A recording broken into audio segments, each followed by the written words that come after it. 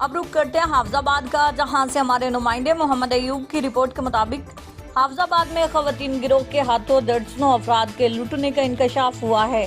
خواتین گروہ زیادتی کا الزام لگا کر شہریوں کو کنگال کرتا ہے۔ چنیوٹ کے کار ڈیلر سے کار اور 7 لاکھ روپے ہتھیا لیے گئے۔ سکھیکی کے ڈاکٹر سے 5 لاکھ، خانقاہ ڈوگرہ کا رہائشی 20 لاکھ گوا بیٹھا۔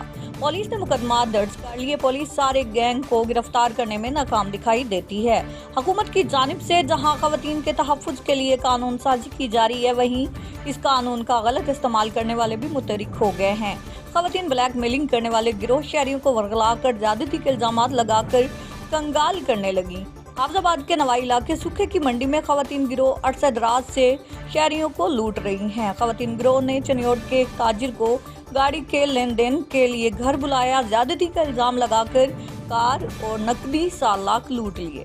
مقامی ڈاکٹر کو مریض چیک کرنے کے بہانے گھر بلایا، زیادتی کا الزام لگا کر اس سے 5 لاکھ روپے کے چیک وصول کر لیے۔ خانقاہ ڈوگرہ کے رہائشی کو 20 لاکھ روپے سے محروم کر لیا گیا۔